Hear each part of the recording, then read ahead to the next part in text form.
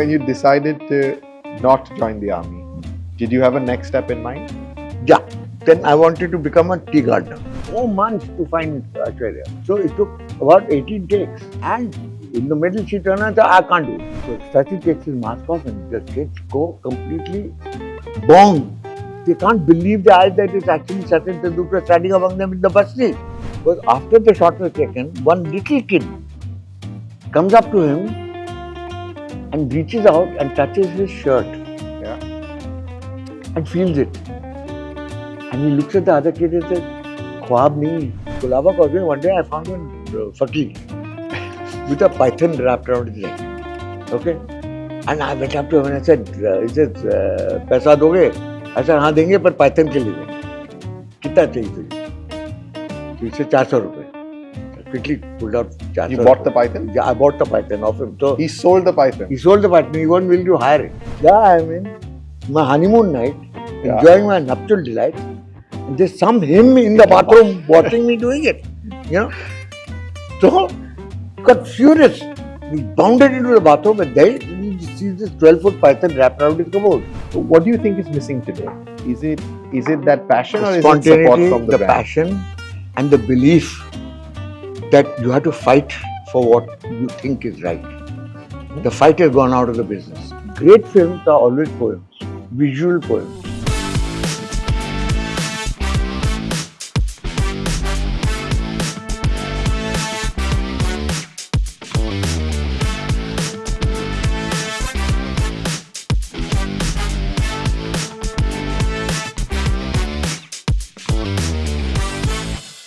Born in 1948, our guest today on Unseen Rooms, got chucked out of play school at 5, got thrown out of his college at 17, aspiring army general, horse breeder, accidental ad filmmaker, slave to Sham Benegal, resigned before being fired, started his own production house, then a dhaba, then a restaurant, a beach resort, a scuba diving school, a cigar brand, an NGO. He's a wine taster, a tea connoisseur, a hat collector, self-proclaimed philosopher, and this is just the stuff he says about himself. We're pleased to welcome today Mr. Prahlad Kakkar. So, would you have actually joined the army if you got the regiment? I was all set to join the army because they're the only ones who could afford horses. And I wanted to play polo, and every polo player needs at least 12 horses. I couldn't afford to maintain 12 horses. So I decided the army can maintain 12 horses. I'll join the 61st Cavalry, which is an armored corps actually regiment. So they're fighting regiment, but most of the time they're playing polo. And that's exactly what I wanted to do with my life. I didn't want to work, I wanted to play polo. Seriously. And was that working so far up to that point? Up to that point, I mean, I was riding. I was part of the riding team in school. I was a good rider. I used to play a bit of polo. But I wanted to do it seriously. I said, you know, I mean, polo playing is a profession. Yeah, it's like being a cricketer. In those days, even a cricketer in those days, to cricket kyun khel raha hai? So it's not a job. Yeah. But today it is. It is. And today polo players are polo players. They earn a damn good living. And why didn't you join? Because I met General Chaudhary, who had come to my school during our founders. And he turned around and said, I've read your report, I've talked to your principal, and my advice to you is not to join the army. So I said, why sir? My grandfather is a general, my father is a colonel, I mean it runs in the family. He says, no, not for you. He says, you are too original, you ask too many questions, and you're not a spit and polish soldier. If we were in a war, you would have done very well, because you don't follow rules. And you win wars because you break rules. He says, but we're going to be in a peacetime army for the next 10 years because we just beaten the shit out of the Pakistanis. That's 65. Correct. He says, and for 10 years they're not going to raise their ugly heads again. So, if you join a peacetime army, you will get cashiered for insubordination. You will not even last 6 months. So I took his advice very seriously. When you decided to not join the army, did you have a next step in mind?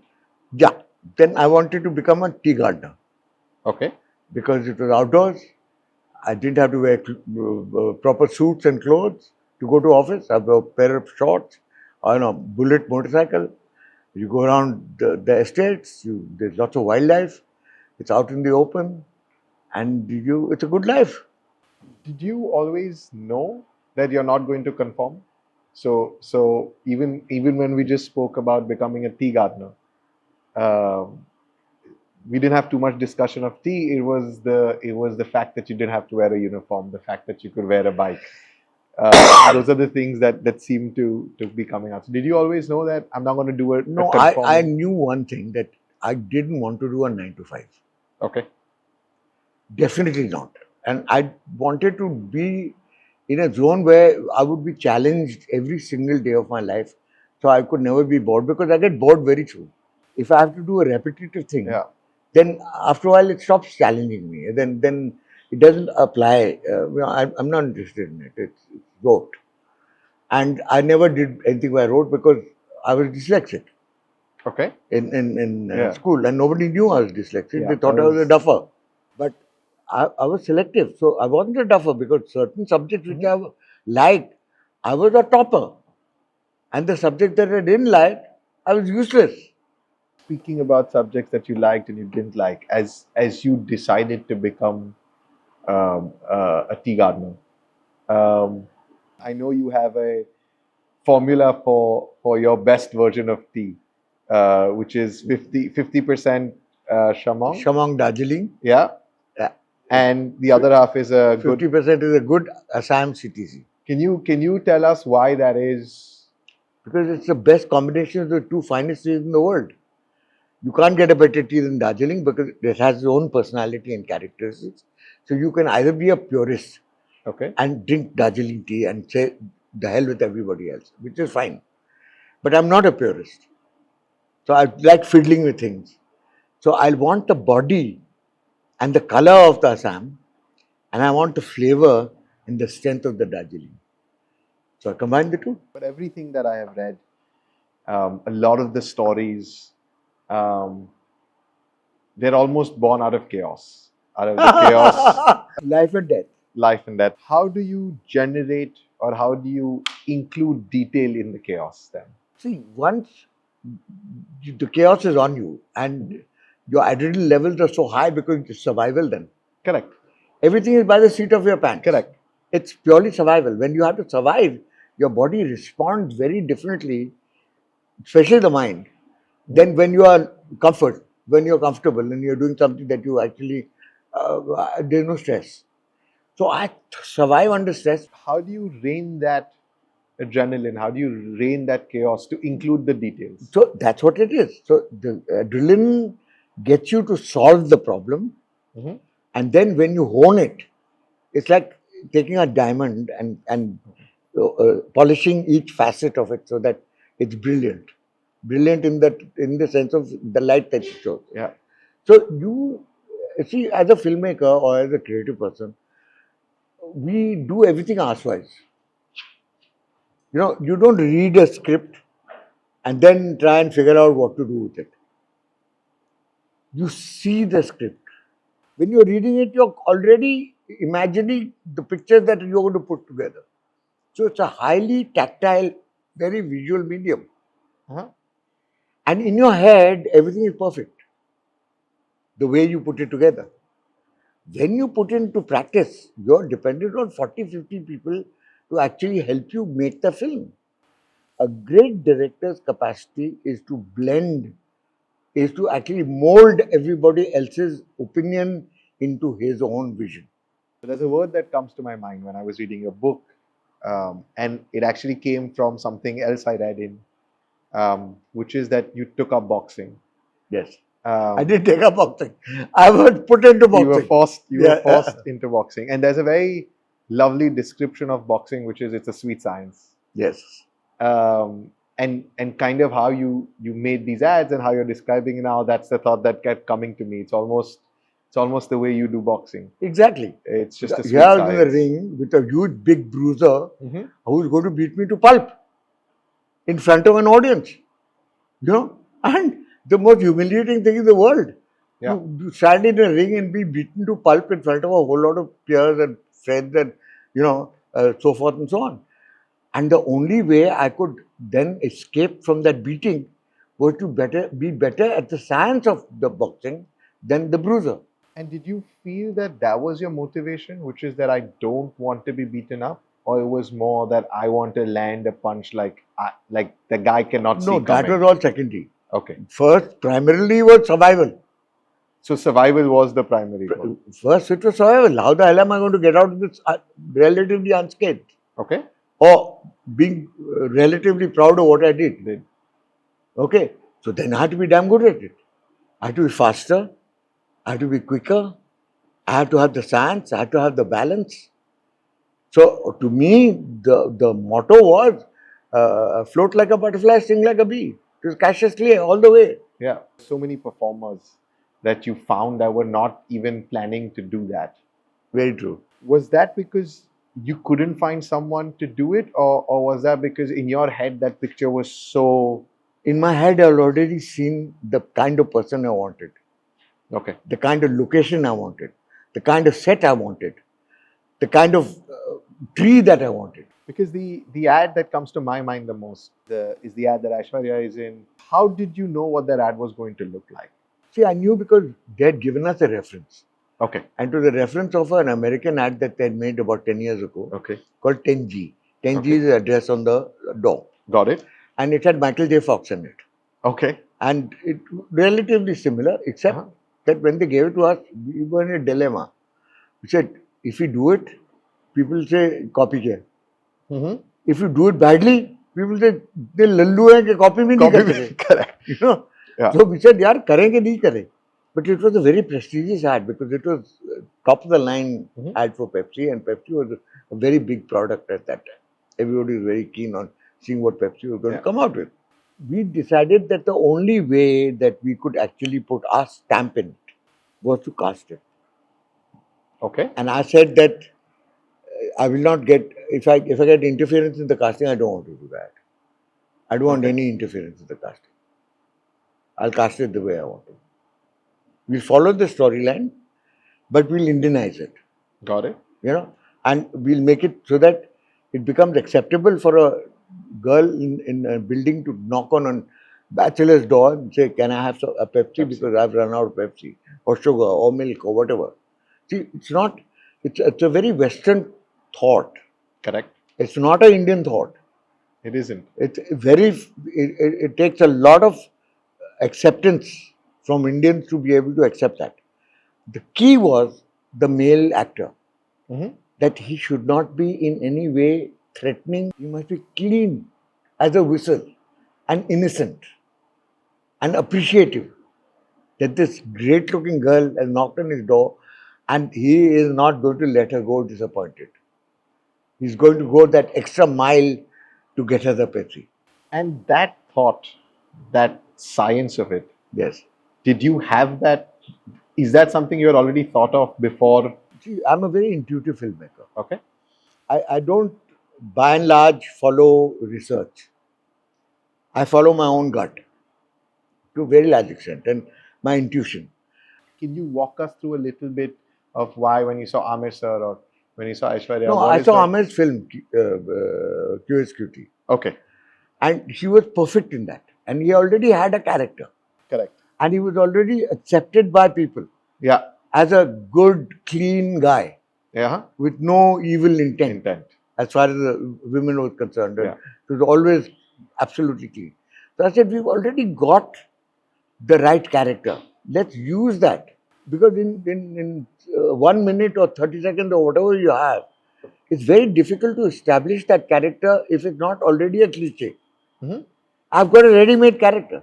So we had a choice between Shah Rukh and Aamir. And I love Shah Rukh, but he wasn't the character. You were- You understand? yeah. He would have to play the character. And you felt Aamir was naturally, No, Aamir could play the character, but he already had a legacy. he had a legacy. So people would assume that it's an extension of his part in QSQT. And that level of thought, Hmm. do you think exists today? In when you see Some. ads? Okay. Some ad makers do. Because see, what's happened today is very unfortunate. It's because it's also a legacy of the success that people during my time had. Uh-huh. And what people didn't realize is they took the wrong end of the success. Yeah. They didn't realize that the success was in the content of the work. The money that came with it was only a side product. So today's kids looked only at the money and forgot about the content. Content. So what happened by and large to advertising is so tragic is because the passion has gone out of it. Everybody is doing it for the money. This ad, in many ways, launched the career, or was, I think, the first time that people at any volume saw what was then to become, or now becomes one of the most famous actresses. Yes. And she came on for what? 4 seconds. 4 seconds. And she just blew everybody away. And that 4 seconds, did it take more time? Was it very different than Aamir's? Because Aamir's I had to is work obviously on her far more because she was professional. completely raw. Correct. She'd never done anything before. Did that not frustrate you? No, it didn't frustrate me because that was the patience that a director has. You have to have that patience because she was raw, she was carnally innocent. Mm-hmm. Walks into the frame, stands provocatively and says, "Hi, I'm Sanju. Got another Pepsi?" It's a challenge. Her body language is actually challenging Aamir to say no. And that is not articulated. And this entire thing you knew before going in. Not only knew, I knew it was key to the success of the film. Correct. Because if that was not, that was the money line. Correct. That was the money entry. I mean, this whole film has gone through. Mm-hmm. He's managed to get this Pepsi for this very pretty girl and then walks in this bombshell who turns around and says, "Hey, hello, excuse me. Can you get me another one?" When did you know this was it? When we were deciding to do the film, we said, this is the line. And so we took 4 months to find Aishwarya. And once you found her. Once I found her, then I had to work on her. Correct. So it took about 18 takes. And in the middle, she turned around and said, "I can't do it." And she said, "I don't want to do it. This is not happening." So I took her aside. I had a chat with her. I said, "See, this is, think this." She said, "I can't think this because I've not experienced it. I've never had a boyfriend. So how the hell am I going to defer to a man like a woman? I'm not a woman yet." So why did you know it would work? That she would work? Because she had all the attributes of the arrestingness that I needed for the 4 seconds. I needed people to just, in those 4 seconds, look at her and say, "Wow." But it had to go beyond wow. It had to actually provoke Aamir to saying, "I know it's close, but I'll do something." Correct. So when he said, Yeah. got another Pepsi? How important is humor in advertising? I believe that humor is the single most important factor in the emotional spectrum. So, ads make you laugh, they make you cry, they make you sad, they make you emotional, they make you passionate, they make you patriotic, they make you all kinds of things. These are all human emotions, okay, which you capture in 30 seconds and touch somebody's life. Yeah. In 30 seconds, in the middle of the night, somebody is sitting there watching TV and this ad comes on and reaches out and touches his heart and changes it indelibly, forever. That is the objective of a really great ad. Okay, that it changes you, that not changes you from black to white, but changes you, this shift. There's a small shift in your perception, in your sensitivity. What do you think is missing today? Is it that passion or is it Spontaneity, support from the brand? passion and the belief that you have to fight for what you think is right.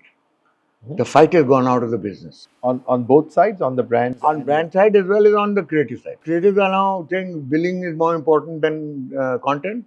So let's get the billing right and let's not fight with the client. At my time, every film was a fight with the client in terms of perception.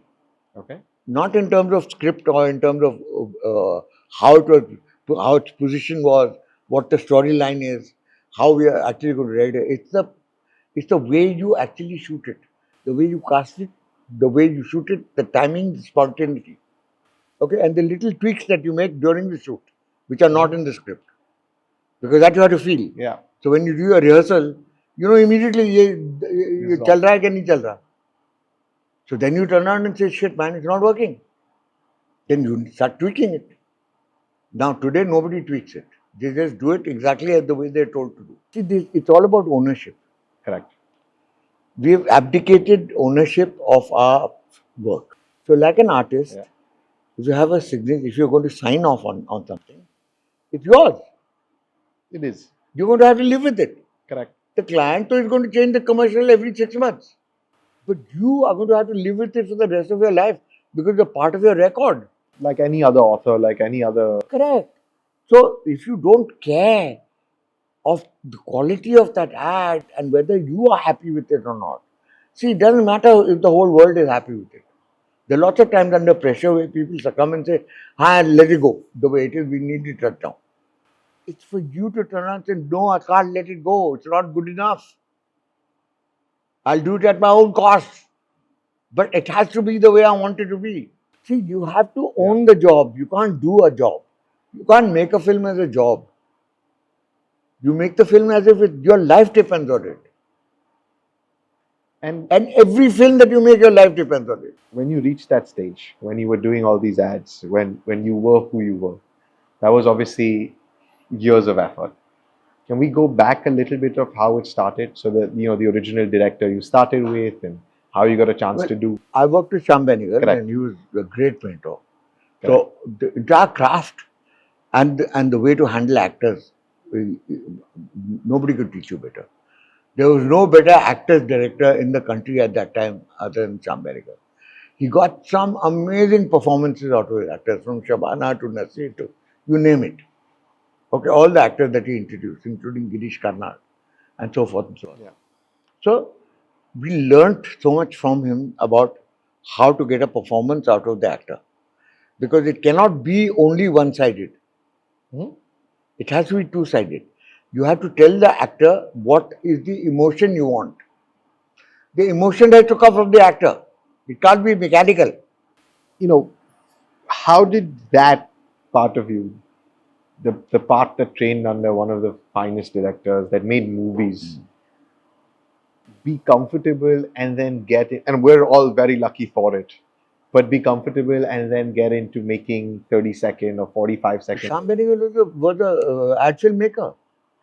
I started working with him when he was head of department of ASP, making ad films. And I understudied him. And then when he went on to make bigger documentaries like Hindustan Steel, he left the department to me with great reputation, because I was very raw. And he had his fingers crossed and said, "Yaar, tu kawada kar dega ke you will hold the fort." Yeah. So he left me holding the fort. And then I added my own sensibility to the fort. And when did you know you were good? I didn't know I was good. I still don't know I was good. So I'm still trying to perfect the craft. I'm still trying to perfect. See, in your head, there's a perfect vision. You never reach it. Correct. And as long as you don't reach it, you're still trying. Do you have more fun in the trying? Always. It's the journey. That is the heart of the business is the journey, not the rewards. The fact that we made money was incidental.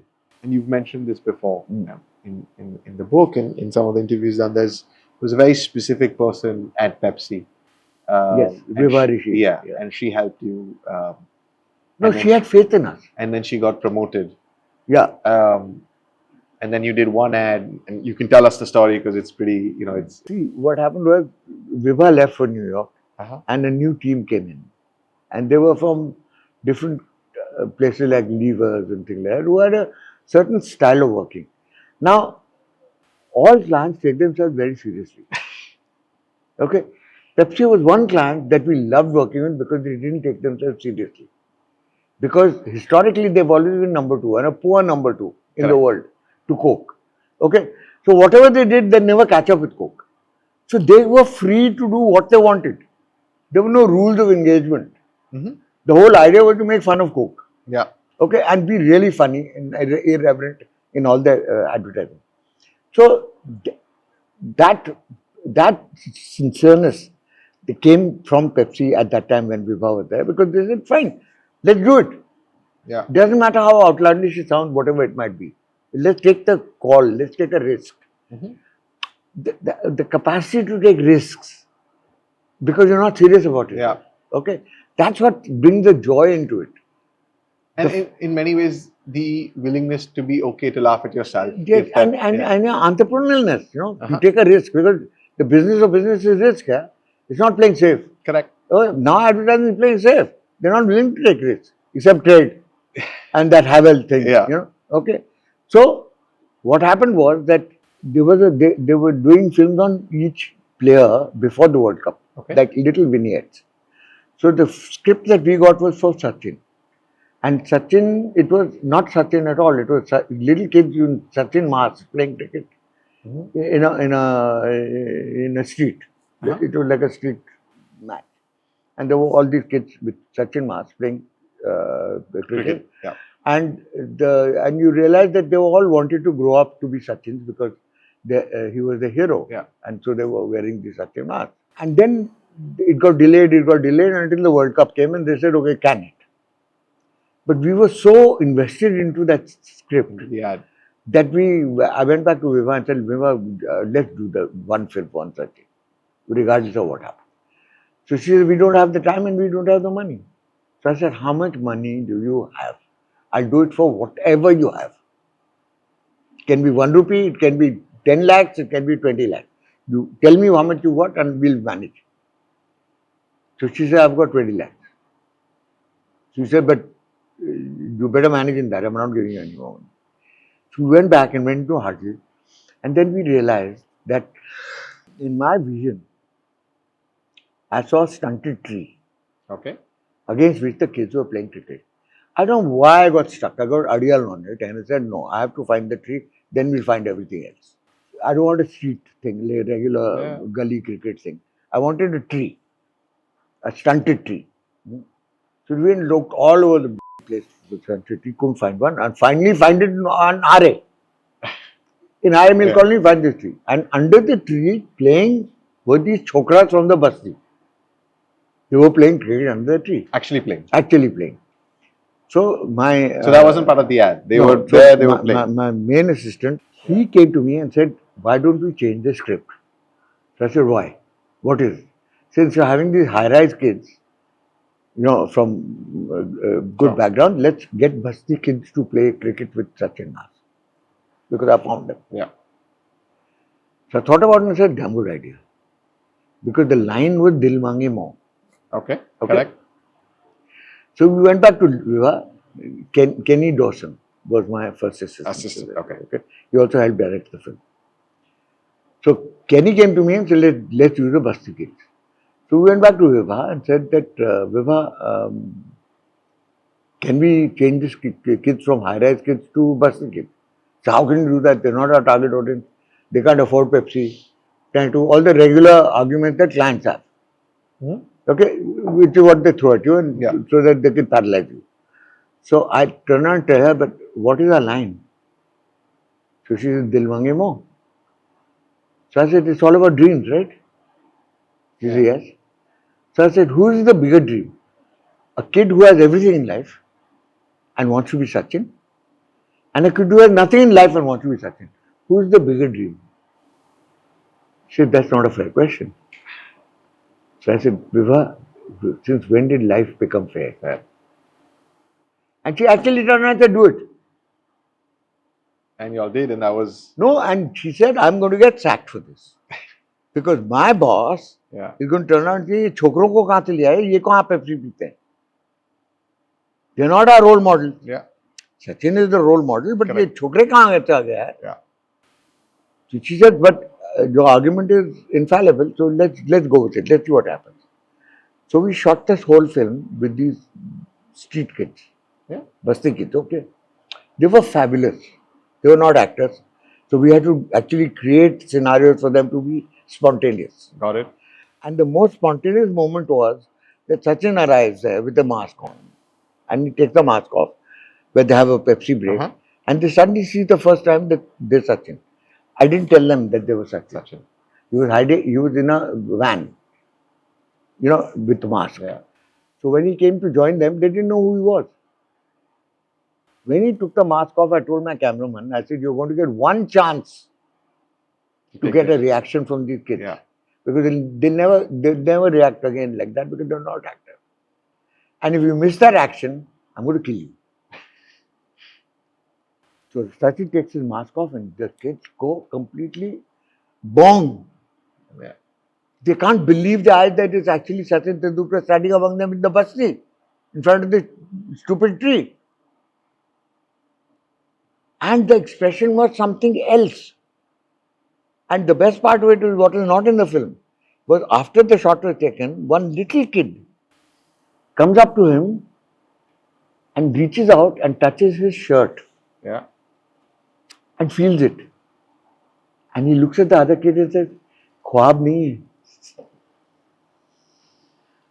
Just imagine that moment. To think that he's dreaming, he actually touches his shirt to see if it's real.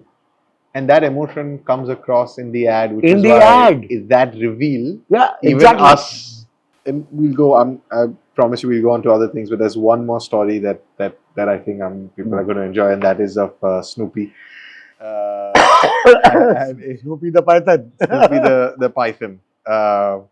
If you can just walk us a little bit through, just I think it gives people a very fun insight into both the time and the actors and the people, because in so many ways it's not just your stories, it's stories of everyone we know. Yes. Like we know so many people of we know the ads, we know you, we know the people in the ads, but so then the background gives us so much more context and kind of allows us to understand why they were fun and why these ads are something we still remember.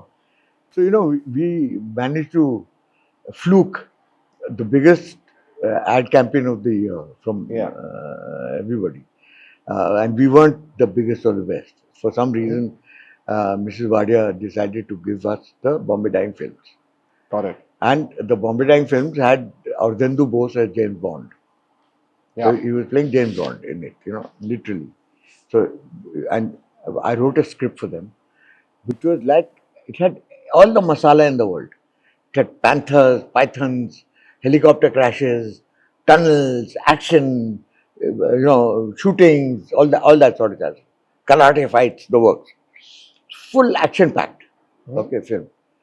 So she says, we have to do it in the budget. I said, yeah. And that was a big budget at that time. Yeah. So we set up a tunnel and all sorts of things happened and we were shooting. And we needed a python because there was this dancer in a nightclub who was dancing with a python. So we were looking for the python. We couldn't find a python. All other animals you can get a hire, we couldn't get a python. So I found on Colaba Causeway one day, I found one fakir with a python wrapped around his neck. Okay? And I went up to him and I said, he says, "Paisa doge?" I said, "हाँ देंगे पर python के लिए देंगे." कितना चाहिए तुझे? So he said, 400 rupees. So I quickly pulled out 400. You bought the python? Yeah, I bought the python off him. So he sold the python? He sold the python. He wasn't willing to hire it. Okay. So he sold the python to me. And now we were stuck with the python. But we didn't think of that future, later on. We just thought, Abdar, mil gaya python. No, how do we look after him? So we got the basics of how to feed him, what to do, and etc. Took him to the office and put him there in one sack. You just took the python to the office? To the office and put him in one sack. He used to live in a sack, in a gun part. So the time of the shooting came and we couldn't find a location. So the owner of the agency was a chap called Bal Munkar. We were shooting for Ulka. So his house was perfect for the location. But he was refusing to give it to us. For whatever reason. So we went to Mrs. Wadia and said, please use your insurance on him and tell him we'll use it only for the day and we'll be out by the time he comes back. So she says, Bal, you let them use the thing. So we very reluctantly told her that you have to be out by 6 o'clock. We didn't know what the curfew was all about. Later on we found out that there was a curfew because he wanted us cleared out by 6 o'clock. So we called an 8 o'clock shift and we said we'll finish it during the day. Unfortunately, the panther got stuck. It was coming from Chennai. Okay. So it got stuck at the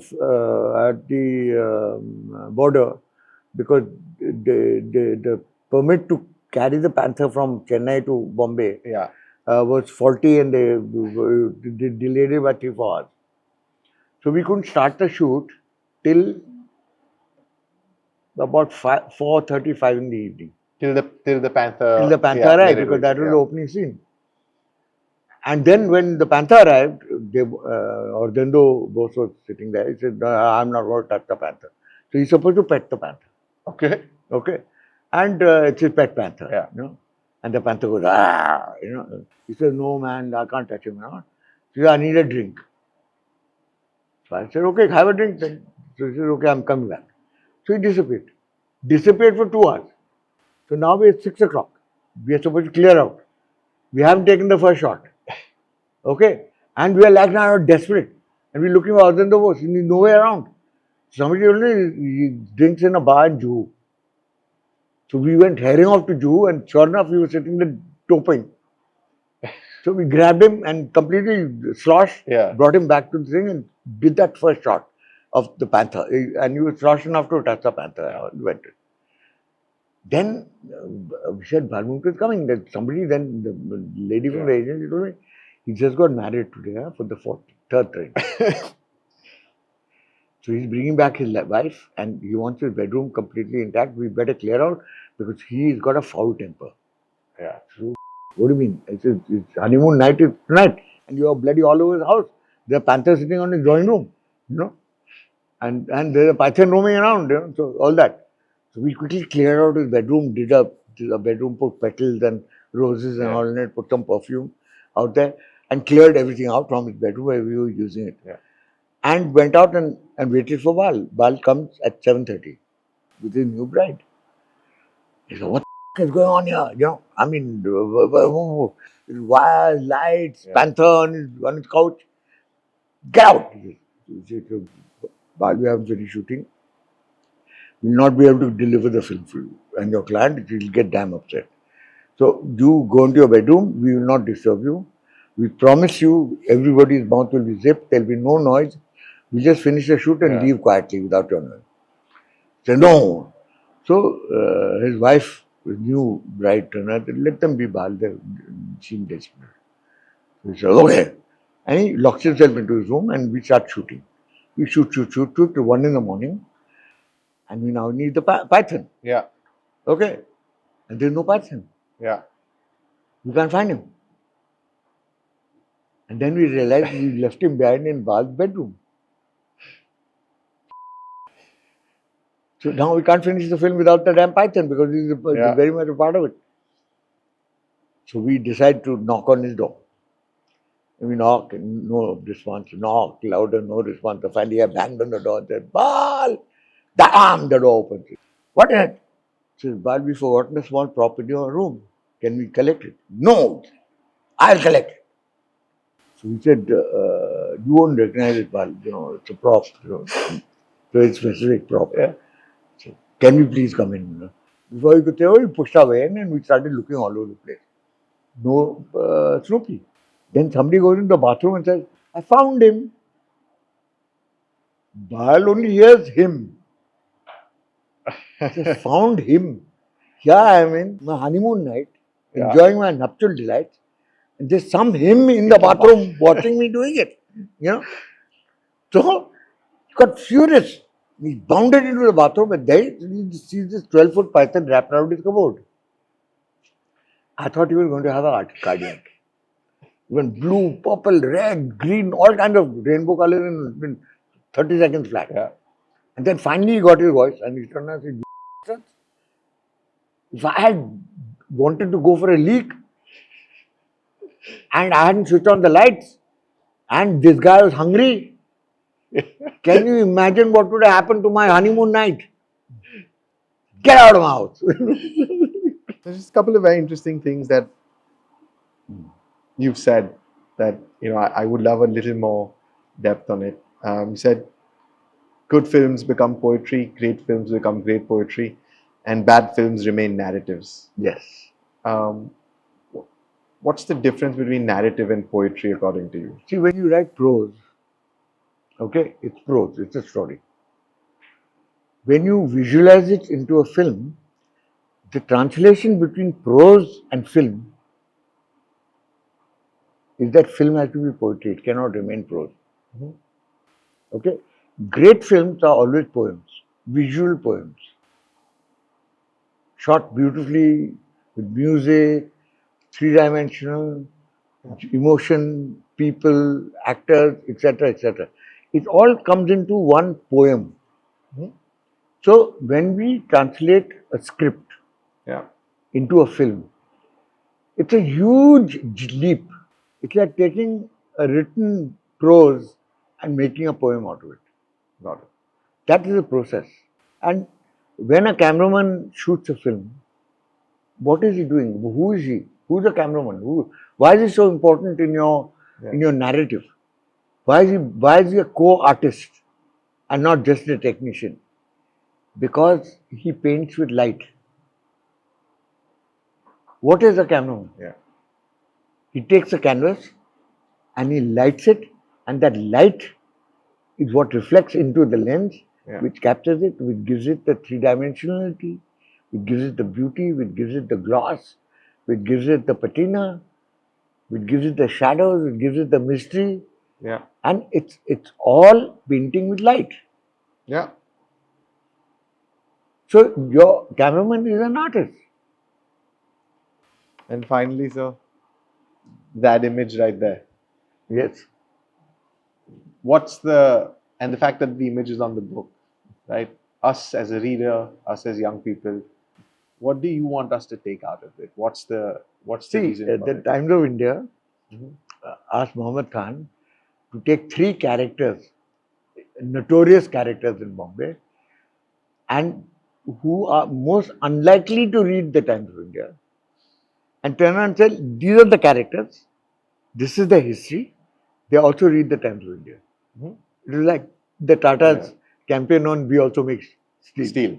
Yeah. Yeah. So the campaign was that Pritesh Nandi, Prahlad Kakkar, and these guys who live by their own rules, who are irreverent as hell, who are politically incorrect. I mean, they also read the Times of India. So obviously, the Times of India is an influential and important newspaper. If they read them, then why isn't everybody else reading them? Okay, that kind of thing. So they had an ad and they visualized it with the ad was that I was in a tuxedo, the cigar, and 2 chicks in bikinis on either side. Okay, which was the image, which was the myth. Yeah. Okay, that Prahlad Kakkar is a ladies' man and he's larger than life and flamboyant and he's there he is with the 2 chicks on a beach. That's his lifestyle. And he also read the Times of India. And then Mohammed wrote the copy. Yeah. If you read it, read the copy. Then I said, wow. I said, now, let's take another photograph. So I got the photographer, who was a brilliant photographer. I told him, now, you got the shot with the brief that you got. He says, yes. So that's the myth. Now you want the truth. The man. So he says, what is the truth? I said, I'll show you. I'll get dressed. So I got undressed. Yeah. I got my assistants to get me a fish because of my association with the ocean. And the only thing that I carried with me was my hat. Okay. And the cigar. And the dog just showed up. And the dog showed up on his own. Okay. So he has the best view of them all. Yeah. Completely unfiltered. And the hat was, of course, necessary because it's a family newspaper after all. So I sent both the photographs to Times of India, and they had a cardiac. Obviously, they what is this? So, if we have family newspaper, how can we have this thing? It's obscene, and etc. etc. So the photograph came back to me. So I said, I'm going to put it on my DP, and one day I'm going to use it for my memoirs. So I had this huge fight with the publisher saying, let's put it on the cover. Because this is who I am. Yeah. What you see is what you get. Yeah. Okay?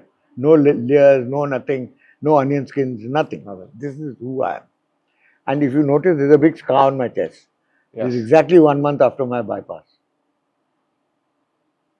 So they said, no, we can't put it on the cover, you'll get banned. So I said, yeah, can you imagine the sales? The public.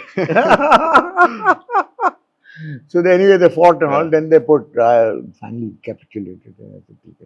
Back cover में डाल दो. So, sir, again, and I'm going to say this, the man, the myth, and the legend. Thank you so much for taking You're your time welcome. off and giving us all these insights. It's been great. Thank you.